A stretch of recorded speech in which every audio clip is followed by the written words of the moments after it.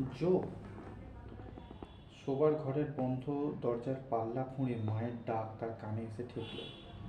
জোর ঘুম ভেঙেছে আগেই, কিন্তু আলসেমি এখনও সে কাটাতে পারছে না। তবু আস্তে পাশ ফিরে খাটের পাশে রাখা অ্যালার্ম ঘড়ির দিকে তাকাতে চমকে উঠল জো। বেলা 11টা, কাঁটায় কাঁটায়। সময় দেখার পরেও জোর এতটুকু ভাবাধিকার ঘটল না পাশ ফিরে আগের জায়গায় গড়িয়ে চলে এলো সে। একটা বালিশও টেনে মাথায় চাপা দিল। জো কি এখনো সূর্য ওঠেনি? মায়ের গলা আরও একবার জোরালো ঠেকল। বালিশের তলা দিয়ে উঁকি মেরে জো দেখল শোবার ঘরের দরজা খোলা। সেখানে এসে দাঁড়িয়েছে মাসতুতো বোন মটি। ড্যাব ড্যাব করে তাকে দেখছে। এই মটি, হেঁকে উঠল জো। ওখানে দাঁড়িয়ে কি দেখছিস? তোকে ডাকতে ডাকতে তোর মায়ের গলা শুকিয়ে গেল, তাই দেখছি, মটি জবাব দিল। দেখছি আর কত ঘুমোতে পারিস। মার ডাক আমার কানে গেছে, নিষ্ঠুর গলায় চেঁচিয়ে উঠল জো। আমি এখনও ভীষণ ক্লান্ত। ভালো চাস তো চটপট উঠে পড়, মটি বলল। কেন মিছিমিছি ঝামেলা পাকাচ্ছিস? ব্যাপারটা জরুরি। আরও আধ ঘন্টা শুয়ে না থাকলে আমি চোখই মেলতে পারবো না।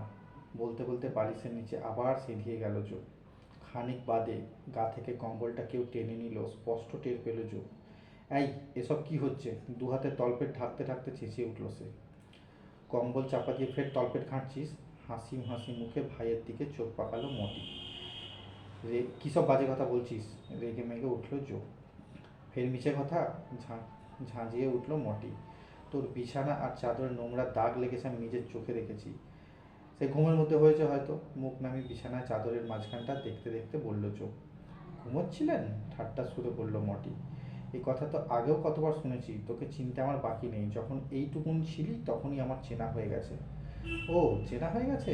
আমার কত বড় স্পেশালিটি দিদিমণি এলি রে, মুখ ভেঙচে বলল জো। তুই আমার অল্প কদিনের বড়টা ভুলে যাস না। তবুও তুইও মনে রাখিস যে আমি 25-এ পা দিয়েছি, রাগ রাগ গলায় বলে উঠল মটি। ছেলেদের ধাত এই বয়সে জানতে কিছু বাকি থাকে না। যখন এইটুকু কুঁচকে ছিলি তখন আমিই তোকে রোজ চান করিয়ে দিতাম। আর আমার ঠিক মনে আছে, জো অল্প গলা চড়ালো। গা মশানোর ফাঁকে তুই রোজ আমার তলপেটে ওটা নেড়ে চেড়ে দু হাতে কচলে দেখতিস কেমন জিনিস। তোর ওই সময় চোখের চাউনি জীবনে ভুলবো না। কক্ষনো না, এবার মটি গলা চড়ালো। আমি মোটেও ওসব অসভ্যতা করিনি। ওহো, না বুঝে যখন অসভ্যতা করেছিল বলে এখন লজ্জা হচ্ছে, এই তো? লজ্জা কিসের করছিস? বেশ করেছিস। বলতে বলতে তলপেট থেকে হাত সরালো জো। এই মটি, আমি তৈরি। ছোটবেলার মতন এখন আমার একটু চান করিয়ে দিবি? চোখ শুয়োর, চাপা গলায় ধমকে উঠল মটি। ফাঁক পেলেই নোংরামো কথা স্বাদ হয়, তাই না? যত নোংরা ব্যাপার স্যাপার সব দিন রাত ঘুরপাক খায় তোর মাথায়। ম্যাগাজিনে তোর লেখা যেসব গল্প বেরোয় তাদের একটা আমার পড়তে বাকি নেই। প্রেমের গল্প, গোয়েন্দা গল্প, অ্যাডভেঞ্চার গল্প সব রসালো। পাতায় পাতায় খালি শরীরের কথা। ওসব লেখা তোর না পড়লেও চলবে। সোজাসুজি চোখ তুলে উঠে বলল জো। ঠিক বলেছিস। আসলে তুই কি লিখছিস দেখতে চেয়েছিলাম, তাই কয়েকটা ম্যাগাজিন ঘাঁটলাম। সব কটা সেই একই কথা, শরীর। এখন দেখছি ওগুলো না পড়লেই ভালো হতো। আমার একটা লেখা পড়েও তোর গা শিরশির করেনি? শিরশির নয়, গা গোলাচ্ছিল। ঘেন্নায় মুখ বিকৃতি করলো মটি। ভালো ম্যাগাজিনের তো অভাব নেই।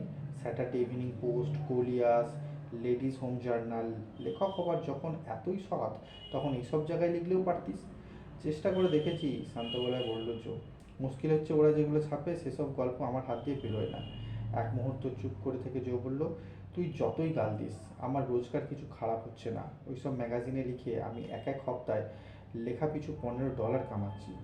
এটা মোটেও বলার মতো না, বলল মটি। A&S একটা বিজ্ঞাপনের কপি লিখে আমি সপ্তাহে $45 কামাই। বিজ্ঞাপনের কপি লিখিস? আরে ছো, ওকে আবার লেখালেখি বলে নাকি? তো রোজগারেরও আরও ধাক্কা আছে। দোকানে সেলস কাউন্টারে যে কাজ করিস সেখান থেকে তো ভালো রোজগার হয়। এই কথায় পাত্তা না দিয়ে মটি দরজার দিকে যেতে যেতে বলল, ভালো চাস তো এই বেলা নিচে নেমে আয়, তোর মা আগুন হয়ে রয়েছে। বলতে বলতে মটি হালকা পা ফেলে বেরিয়ে গেল ঘর ছেড়ে। মটির পায়ের আওয়াজ সিঁড়ি দিয়ে নিচে নেমেতেই হলঘরের দিকে যাচ্ছে শুনতে পেয়ে বিছানা ছেড়ে উঠে পড়ল জো। হাত পা ছড়িয়ে আড়মোড়া ভাঙল, খোলা জানলার সামনে দাঁড়িয়ে শ্বাস নিল বুক ভরে। অক্টোবর মাস হলে কী হবে, বাতাস এখনও গরম এবং সাথে শীতকাল কবে কেটে গেছে, তবু তার রেস্টটুকু যেন এখনও যেতে চাইছে না। এগিয়ে এসে জানলার চৌকাঠে ঠেস দিয়ে দাঁড়ালো চোখ। তাদের বাড়ি আর আশেপাশের বাড়ির মাঝখান দিয়ে চলে গেছে গাড়ি চলার পথ। ঝুঁকে সেদিকে তাকাতে না তাকাতেই দেখলো পাশের বাড়ির গায়ের দরজা খুলে বেরিয়ে এলো মটি। এক ঝলক দেখেই বুঝলো কাজে যাচ্ছে। তোর আজ বেরোতে দেরি হলো, জানলায় দাঁড়িয়ে দাঁড়িয়ে বলল জো। ওকে, মুখ তুলে অল্প জবাব দিল মতি। আজ বৃহস্পতিবার, খেয়াল নেই? বৃহস্পতিবার দোকান দেরিতে খোলে। ও, আজ অনেক রাত জেগে লেখালেখি করবি নাকি? মুখ পুরো তুলে জানতে চাইলো মতি। না, ছুটি পড়ে বস ছুটির পরে বসে থাকবো কিন্তু, মতি বলল। দোকানে এসে আমায় নিয়ে যাস, ফেরার রাস্তাটা ভালো নয়, একা বাড়ি ফিরতে বড্ড বিশ্রী লাগে। টেলিফোনে কথা বলো তোর সঙ্গে, বলল জো। চেষ্টা করব। ঠিক আছে, বলে গাড়ি চলার পথ ধরে মটি এগিয়ে গেল বড় রাস্তার দিকে। জো জানালা থেকে ঘরে এলো। মটি মেয়েটা ভালো, তবে এক এক সময় ভূত চাপে ওর ঘাড়ে, আর তখনই জ্বালিয়ে মারে। মটি ছিল জোর খুড়তুতের বোন। মটির বয়স যখন 10, সেই সময় এক দুর্ঘটনায় ওর মা বাবা দুজনেই একসঙ্গে মারা যান। জোর মা বাবা ছাড়া তখন আর কোনো আত্মীয় মটির আশেপাশে ছিল না। জোর মাই জানতেন তার মেয়ে, তাই মেয়ে সব দায়িত্ব স্বেচ্ছায় হাসি মুখে নিজের কাঁধে নিয়েছিলেন। ঘরের এক কোণের জানলা ঘেঁষে স্টিভেনের খাট, বিছানা, মেঝের অনেকটা জায়গা জুড়ে পড়ে আছে। স্টিভেন জোয়ের বড় ভাই, তার চেয়ে 7 বছরের বড়। ওকলাহামার এক মেডিকেল স্কুলের 3rd ইয়ারে পড়ছে স্টিভেন। বছরে মাত্র 2 সপ্তাহ ছুটি নিয়ে বাড়িতে আসে সে। স্টিভেন বরাবরই মেধাবী ছাত্র, দিনরাত পড়ার বইয়ের জগতে কাটায় সে। ছোটবেলা থেকেই স্টিভেনের ডাক্তার হওয়ার ইচ্ছা, ডাক্তার হবে সে বড় হয়ে। একবার ডাক্তার হতে পারলে স্টিভেনের নাগালি আর পাওয়া যাবে না। মটির অসুখ হলে তাকে ঘরের ভেতর ঢুকিয়ে জামা কাপড় খুলিয়ে পা থেকে মাথা পর্যন্ত পরীক্ষার নামে ঘাঁটতে পারবে, এ কথা ভেবে খুব মজা পায় জো। ছুটিতে স্টিভেন বাড়িতে এলে কথাটাও তাকে বলেছিল পেছনে লাগার মতলবে, কিন্তু বড় ভাইয়ের ধাত চিনতে পারেনি জো। তাই ওই কথা শুনে মোটেও হাসেনি তার দাদা স্টিভেন, বরং চাউনিতে পুড়িয়ে ছাই করে ফেলবে এমনভাবে চোখ পাকিয়ে তাকিয়েছিল তার দিকে। স্টিফেনকে কখনো হাসতে বা কাউকে নিয়ে ঠাট্টা তামাশা করতে দেখেছে বলে জোর মনে পড়ে না। হয়তো দিনরাত পড়াশোনার মাঝে ডুবে থাকে বলেই ঠাট্টা তামাশা হজম করতে পারে না সে। ড্রেসারের উপর রাখা প্যাকেট খুলে একটা সিগারেট বের করলো জো। ধরিয়ে জোরে একরাশ ধোঁয়া টানলো বুকের খাঁচায়। এই ব্র্যান্ডের স্বাদ তেমন ভালো নয়, আসলে তার পছন্দ লাকিজ। এখন বিশ্বযুদ্ধ লাকিজে পড়েছে। কোম্পানি সিগারেটের কাটতি বাড়াতে বিজ্ঞাপনে এইগুলি কপকাচ্ছে, যার ফলে দর হু হু করে বেড়ে যাচ্ছে। এখন একটা প্যাকেট জোগাড় করতে হলে নগদ $20 গুনে বের করতে হয় পকেট হাতড়ে, তাই অন্য ব্র্যান্ড ধরতে হয়েছে তাকে বাধ্য হয়ে। বাথরোব গায়ে চাপিয়ে ঘর থেকে বেরিয়ে যাওয়ার ভেতরের বারান্দা ধরে এগোলো জো। বাথরুমের লাগোয়া তার বাবা মায়ের ঘর পেরিয়ে এসে ঢুকে পড়লো রান্নাঘরে। তার মা পেছন ফিরে কাজ করছে, মুখ না থাকলেও জোয়ের পায়ের আওয়াজ তার কানে এড়ালো না। বেসিনের সামনে দাঁড়িয়ে গাজর ফালি করতে করতে ঘাড় না ঘুরিয়ে শুধু বলল, এখন ব্রেকফাস্ট খাবে? না মা, থ্যাঙ্কস, জো বলল। শুধু এক কাপ কফি প্লিজ, আর কিছু নয়। খালি পেটে কফি খেতে নেই, মুখ না ঘুরিয়েই মা বলল। ওতে পেটের খুব ক্ষতি হয়। আমার খিদেই পায়নি, বলতে বলতে রান্নাঘরের টেবিলের ধারে বসে পড়ল জো। রান্নার ছুটকো জিনিস নিয়ে মেতে উঠল ছেলে মানুষই খেলার, ফলে চাপ লেগে তার সিগারেটের পোড়া টুকরোটা ফিল্টার থেকে ছিটকে পড়ে গেল। গরম কফি ভর্তি কাপ তার সামনে এনে মা রাখলো। সিগারেটের গোড়ার টুকরোটা চোখে পড়তে বলল, তোমার সবচেয়ে ক্ষতি করে এই একটা জিনিস, সিগারেট। বেশি সিগারেট খেলে শরীর বাড়ে না। আমি এমনিতেই 5 ফুট 10 ইঞ্চি হয়ে গেছি মা। মা কথাগুলো হাসি চাপতে পারলো না জো। আমি আর বাড়বো বলে মনে হয় না। তোমার চিঠিটা ফেলেছো? আচমকা মা জানতে চাইলো। কোন চিঠি বলো তো? চাকতে গিয়ে কফির কাপ নামিয়ে রাখলো চো। চিঠি পড়েছিল টেবিলের কোণে মা, সেটা এগিয়ে দিল তার দিকে। ওপর থেকে দেখে সরকারি খাম বলেই মনে হলো। মুখখানা খোলা, ভর্তি অফিসের চিঠি। যুদ্ধে যাওয়ার আগে সশস্ত্র বাহিনীর যে বোর্ড নতুন জওয়ান বাছাই করে, সেই দপ্তরের। হাত চালিয়ে খামের ভেতর থেকে কাগজখানা টেনে নিল জো। চিঠির প্রথম লাইনটা শুধু চোখে পড়লো, সেখানে লেখা শুভেচ্ছা। ধাত তারিখি 7 সকালে যত সব উঠকো ঝামেলা। আপন মনে আক্ষেপ করে জো মায়ের দিকে তাকালো। দেখলো তার দু চোখ বেয়ে জল গড়াচ্ছে দরদর করে। নিয়ম মাফিক তাকেও যুদ্ধে যেতে হবে ভেবে এখন থেকেই কান্নাকাটি করছে।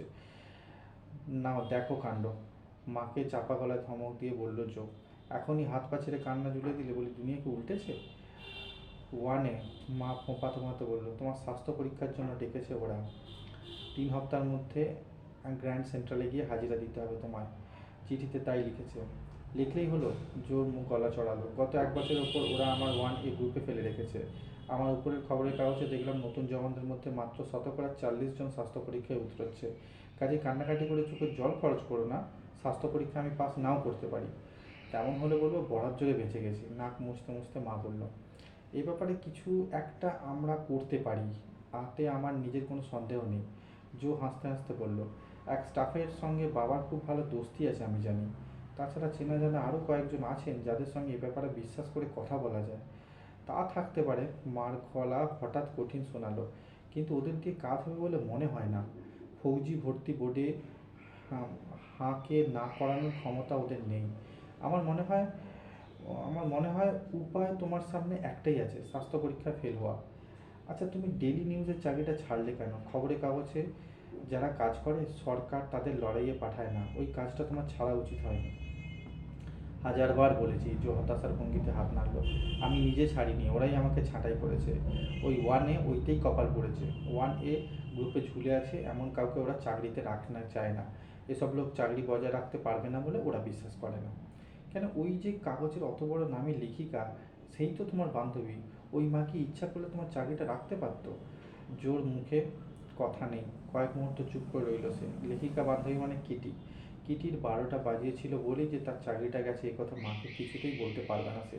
খানিক বাদে কফিতে চুমুক দিয়ে জো বলল, আমার কথা ছেড়ে দাও মা, স্টিভেনকে নিয়ে তোমার ভাবনার এত ঢের দেরি। আরও 4টে বছরও স্বস্তিতে থাকবে। ইজি কাপুর কারখানার চাকরিটা সময় মতো নিলে তুমিও স্বস্তিতে থাকতে পারতে, মা বললেন। তখনও তো আমাদের লড়াই বাঁধেনি মা, জো বলল। তার উপর তুমি তো জানো আমি লেখক, ওইসব কাজ আমায় পোষায় না। তুমি সিটি কলেজে ভর্তি হতে পারতে, মা বলল। তাতে ওই যুদ্ধে যাওয়ার ব্যাপারটা আরও পিছিয়ে যেত। হয়তো যেত, জো বলল, কিন্তু আমি পরীক্ষাতেই পাস করিনি। তুমি মোটেও সিরিয়াস নও, হাল ছেড়ে দেওয়ার গলায় মা বলল। ভবিষ্যতের কথা মোটেও ভাবো না। যত রাজ্যের একরত্তি খুদে মাগিগুলোর পিছনে ছুটে শুধু শুধু সময় নষ্ট করলে। দয়া করে এবার থামবে? জো বিরক্ত হলো। এরপরেও বলবে আর আমার আগে বিয়ে করা উচিত ছিল? ওই ক্ষুদে মাগিগুলোর একটাকেও বিয়ে করলে যদি তোমার লড়াইয়ে যাওয়া পিছাতো তাহলে আমার আপত্তি করতাম না, মা জোর গলায় বললেন। তাতে এমন কি লাভ হতো? কম করে 3টে আর একটা বাচ্চা হলে আরও বেশি লাভ হতো। কিন্তু পালাও করে কবে চুকে গেছে, জো বলল। আমি বিয়েও করতে পারিনি আর বাচ্চার বাপও হতে পারিনি, তাই ওইসব কথা ভুলে যাওয়াই ভালো। এ নিয়ে তোমার বাবার সঙ্গে আমার কথা হয়েছে। মা মুখ তুলে তাকালো। তার গলা শুনে জোর মনে হলো এক্ষুনি কান্নাকাটি জুড়ে দেবে। বাবা কি বললো? ওর অফিসে গিয়ে তোমায় দেখা করতে বলেছেন, বললেন কথাবার্তা সব সেখানেই হবে। ঠিক হ্যাঁ, জো হাসলো। কথা শুনে মনে হচ্ছে গ্র্যান্ড সেন্টারে যাওয়ার আগে 3-4টে রাত আমার মুরগি বাজারে কাটাতে হবে। তাতে আমার গায়ে যদি উকুন হয় তা আর দেখতে হবে না। স্বাস্থ্য পরীক্ষার মাঝে এখানেই ওরা আমায় মারতে মারতে বাড়ি পাঠিয়ে দেবে। বাবাকে নিয়ে আমার সামনে ঠাট্টা তামাশা মোটেও করবে না, মার গলা গম্ভীর শোনালো। টেবিল ছেড়ে উঠতে উঠতে বলল, ওপরে গিয়ে চটপট জামা কাপড় পাল্টে নাও, আমি ব্রেকফাস্ট তৈরি করছি, পেট ভরে খেয়ে বেরোবে।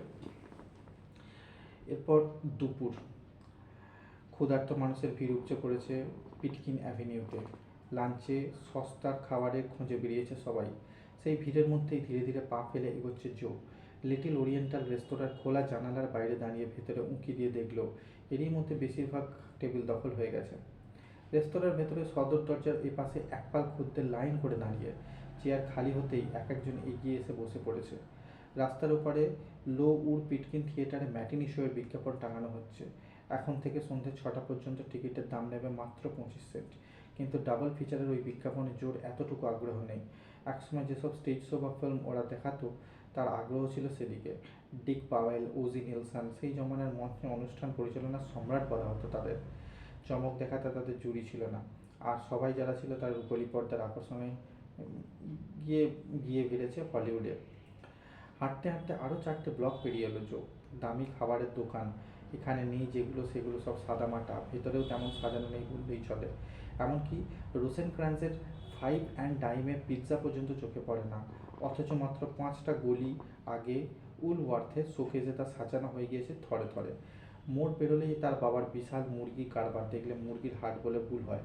জো এবার সেদিকে এগিয়ে গেল। পাশের রাস্তার ঠিক মাঝখানে অনেকটা জায়গা কাঁটাতারের বেড়া দিয়ে ঘিরে বানানো হয়েছে মুরগির খোঁয়ার। তার উপাসে নানা জাতের কয়েক হাজার মুরগি কক কক করতে করতে চড়ে বেড়াচ্ছে। তাদের মধ্যে অনেকগুলোর মৃত্যু আসন্ন আঁচ করে রোঁয়া ফুলিয়ে বসে আছে জোড়ো সোড়ো হয়ে, তাদের চোখে আতঙ্ক। খোঁয়ারের মাথায় ঝুলছে পেল্লায় সাইনবোর্ড, তাতে সবুজ জমির উপর সাদা রং বড় বড় হরফে লেখা, ফিল ক্রোনোইস্ট অ্যালবার্ট পাভেনি, খাবার মুরগি, পোষার মুরগি, ইহুদি নিয়মে জবাই, রেস্তোরাঁয় যোগান, ইহুদি পুরুষদের নজরদারি, পাইকারি, খুচরো। সাইনবোর্ডের হরফগুলো দেখতে দেখতে একটা সিগারেট শেষ করে ফেলল জো। যদিও তার বাবা তার সিগারেট খাওয়া পছন্দ করে না। সিগারেটের পুরার টুকরোটা ফেলে রাস্তা পেরিয়ে এসে মুরগির খোঁয়ারের অফিসের কাছে এসে দাঁড়ালো চোখ। দরজায় হাত ঘুরিয়ে দেখলো চাবি টাঙাটা। ধ্যাত তেরি বলে সরে গেল। খোলা জায়গা দিয়ে ঢুকে পড়লো লাগোয়া খোঁয়ারে। এ পথ সচরাচর পা ফেলা যায় না। মুরগির কক কক আর্তনাদে তার কানে তালা লাগার জোগাড়। খোঁয়ারের সামনে পা ফেলে এগোচ্ছে চোখ। জানে অর্ধেকের বেশি জায়গা জবাইয়ের মুরগিগুলো চড়ে বেড়ায়। কোদালের মতো দেখতে মুরগি জবাইয়ের পরও খাঁড়া সামনে গড়াচ্ছে। তাদের হাতলগুলো নলের মতো লম্বা আর ফাঁপা। সেই নলের শেষে এক একটা ছোট বালতি বাঁধা। জবাইয়ের সঙ্গে সঙ্গে কাটা মুরগির সব রক্ত নলের ভেতর দিয়ে এসে পড়ে বালতিতে। সব রক্ত ঝরে গেলে দাওয়ালা বিশুদ্ধ ইড্ডিসে ইহুদি ধর্মের মন্তর আউড়িয়ে মুরগি তুলে দেয় খদ্দেরের হাতে। খদ্দের মুরগির দামের উপর বাড়তি কিছু দিলে দাওয়ালা মুরগি দেয় পাশের লোককে। সে লোম আর ছাল ছাড়িয়ে ধুয়ে আগুনে সেঁকে থলেতে পুড়ে খদ্দেরকে দেয়। জবাই থেকে শুরু করে এত ঝক্কি এসব সামলাতে হয় তার বাবাকে। জোর করে পার্টনারের নাম জোর বাবার পার্টনারের নাম অ্যালবার্ট পাবনি, সংক্ষেপে শুধু অ্যাল। মোটা সোটা গাঁট্টা গাঁট্টা চেহারার ইটালিয়ান, ঠোঁটে সবসময় এক ফালি বজ্জাতি হাসি চলছে। জোর বাবা ফিল ক্রোনোউইসের চেয়ে অনেক বেশি মুরগি বেচে অ্যাল। শুধু কম দরেই দেয় না, তার মুরগি জবাইয়ের সময় কোনো রকম ধর্মের ভড়ংবাজি নেই, তাও একটা কারণ। অ্যালের দাওয়ালা গলা কেটেই মুরগিটা ছেড়ে দেয়, কবন্ধটা ছুটিয়ে পাথরের মতো দাপিয়ে বেড়ায়। জীবনী শক্তি ফুরিয়ে গেলে মাটিতে লুটিয়ে পড়ে। তখন অ্যালের লোকেরা লাশগুলো তুলে টকবকে গরম জলের চৌবাচ্চায় ফেলে দেয়। খানিক পথে জল থেকে তুলে শক্ত তারের বুরুজ দিয়ে আঁচড়ে সব পালক ফেলে দেয়। ফিলের গদির একটি কাছে একটি খদ্দের নেই। মুরগির পালক ছাড়া আর ছাল ছাড়া এমন দুটো কম বয়সী ছোঁড়াকে দিয়ে দাওয়ালা অফিস বাড়ির দেওয়ালে ঠেস দিয়ে বসে। দাওয়ালা লম্বা চওড়া আগড়াই চেহারা, মুখ ভর্তি কুচকুচে কালো দাড়ি গোঁফ। দেখলে ছোটদের রূপকথার জল্লাদের কথা মনে পড়ে। আপন মনে সিগারেট টানছে লোকটা। এই যে পুরুত ঠাকুর আছো কেমন, ইংরেজিতে তাকে প্রশ্ন করলো জো। কেমন আর থাকবো, কোনো মতে দিন কাটছে, নিখুঁত ইড্ডিসে জবাব দিল দাওয়ালা। কিন্তু লোকটা তো তার মতো ইংরেজি বলতে পারে, তা তো জানে চো। আমার বাবা কোথায়? কোথায় থাকার কথা, পাল্টা প্রশ্ন করল দাওয়ালা। অফিসে তালা বন্ধ, জো বলল। জোশীর খবর কি? বয়স যতই বাড়ুক জোশী এখনো যুবতীই আছে। এই মুরগি কারবারের ক্যাশ আর হিসেব পর দেখা সামলাছে। ও লাঞ্চে গেছে, দাওয়ালা জবাব দিল। আমার বাবার সঙ্গে গেছে? জানতে চাইলো জো। কেন কে জানে, জোর ধারণা তার বাবা ফাঁক পেরে জোশীর পিছনে ঘুরঘুর করে, তার সঙ্গে ঘনিষ্ঠ হওয়ার ফিকির খোঁজে। বুক কোমর পাছা জোশীর সবই এখন আঁটো সাঁটো, ফেটে পড়েছে যেন। তাই তার বাবার যেমনটি পছন্দ। কাকে নিয়ে লাঞ্চে বেরোলো তা দেখে তোমার কাজ নয় বাবু, দাওয়ালা তেরিয়া মেজাজে বলল। আমি দিনরাত নিজের ভাবনায় আছি, অন্যের দিকে নজর দেওয়ার সময় নেই। ধ্যাত গুখোর ব্যাটা, আপন মনে গালি দিয়ে সরে এলো জো। তখনই দেখলো তার বাবার পার্টনার অ্যাল কাটা মুরগি সিদ্ধ করে চৌবাচ্চায় গা ঘেঁষিয়ে দাঁড়িয়ে। কি খবর বাপ, নিখুঁত ইড্ডিসে জানতে চাইলো অ্যাল। কেমন আছো? আরে অ্যাল কাকু, হাসলো জো, তুমি তো দেখছি আমার বাবার চেয়েও ভালো ইড্ডিসে কথা বলতে শিখেছো। বাবাকে খুঁজতে এসেছো তো, এবার ইংরেজিতে বললে অ্যাল। সোজা লিটল ওরিয়েন্টাল রেস্তোরাঁয় চলে যাও, তোমার বাবা ওখানে লাঞ্চ করছে, তুমি এলে ওখানে যাওয়ার কথা আমায় বলতে বলেছে। লিটল ওরিয়েন্টাল, ভ্রু কোঁচকালো চোখ। কিন্তু যে কাকু কি বাবাকে ভেতরে ঢুকতে দেবে? কেন ঢুকতে দেবে না কেন, তোমার মা সঙ্গে নেই বলে? নিজের রসিকতায় হেসে ফেললো হ্যাল। তা নয়, জো বলল, পাছে মুরগির চামড়ার উকুন বাবা ওখানে নিয়ে যায় তাই। আরে না, সে ভয় নেই, আশ্বস্ত করার ভঙ্গিতে হাসলো হ্যাল। তোমার বাবা কাজ সেরে গরম জল আর সাবান দিয়ে ভালো করে চান করে ভালো স্যুট পরে বেরিয়েছে। চান না করলেও যে ওকে আটকাতো না। তোমার বাবা মিস্টার বুখালটারের সঙ্গে লাঞ্চ করছে। মিস্টার বুখালটার, তার মানে গুড়া? আর জবাব না দিতেই চুপ করে রইল। জবাব দেবার দরকার নেই, জো জানে গুড়া আর লেপকে মৃত্যুদূতের চেয়েও ভয়ানক। এই দুই পাতালপুরীর অসুর নিউ ইয়র্কের পূর্ব দিকের এলাকা সমেত গোটা ব্রাউন সিভিল নিজেদের খেয়াল খুশি মতো শাসন করে। তাদের দাপটে পুলিশ ততস্থ, দুর্দান্ত মাফিয়ারা পর্যন্ত তাদের ঘাঁটাতে ভয় পায়। ঠিক আছে অ্যাল কাকু, হাত নাড়ল জো, আমি ওখানেই যাচ্ছি, থ্যাঙ্কস। তোমার ওয়ান এর খবর পেলাম, অ্যাল বলল। শুনে আমারও ভালো লাগছে না, যাক মনে হয় সব ঠিক হয়ে যাবে। আর একটা থ্যাঙ্কস অ্যাল কাকু, বলল জো। ফল যাই দাঁড়াক, আমি জানি একদিন সব ঠিক হয়ে যাবে। তো বন্ধুরা, আজকে এই গল্পের প্রথম পর্বটা পড়লাম, আগামী দিনে দ্বিতীয় পর্বটা পড়ব। আপনাদের সবাইকে অনুরোধ রইল যে আমার চ্যানেলটি সাবস্ক্রাইব করুন, লাইক করুন এবং যত ম্যাক্সিমাম জনের মধ্যে হয় শেয়ার করে দিন। আগামী দিনে যত ভালো ভালো গল্প আছে আপনাদের সবার সামনে আমি পরিবেশন করতে পারবো এবং আপনাদের সুন্দর মুহূর্ত, সুন্দর গল্প উপহার দিতে পারবো। আজকের জন্য এটুকুই। Thank you very much.